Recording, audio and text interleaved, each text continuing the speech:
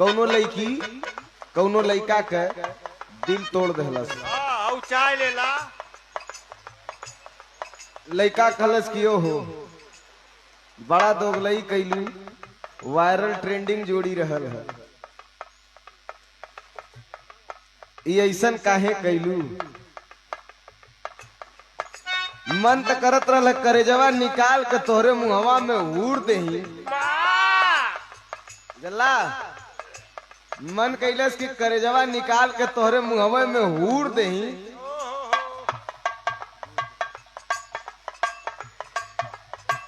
कोट भाषा हाँ कुछ सहूर दही, समझे वाला भले कुछ समझे। इशारा हो का लड़का कहत है आय है कलश की गोरिया रे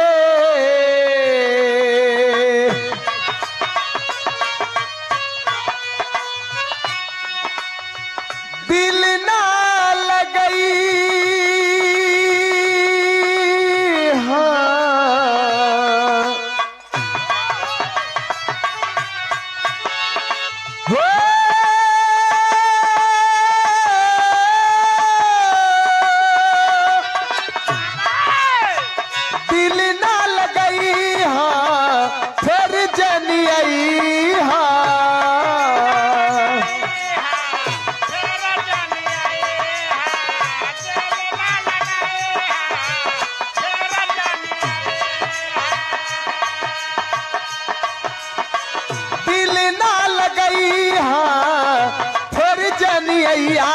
अब जा जा जा जान भुला जई हाँ।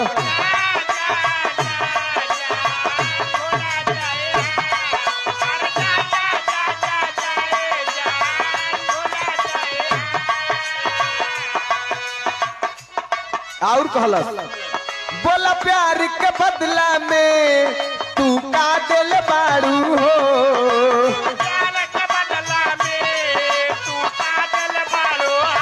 जितेंद्र भैया 5 मिनट और बैठ जा। बोला प्यार के बदला में तू का दिल बाड़ू हो, तू जब दिल बाड़ू हो दादा का दिल बाड़ू हो।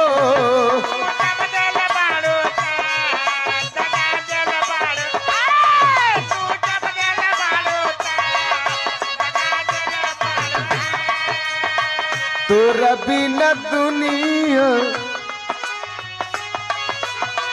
तोरा बिना दुनिया बिरानी लागे गोरी रे।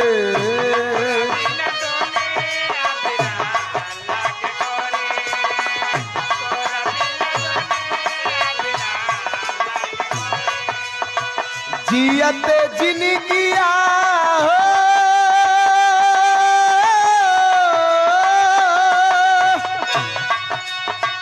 जियत जिनगिया सुनसान लागे गोरी रे। तोरा बिना दुनिया बिरानी लागे गोरी रे।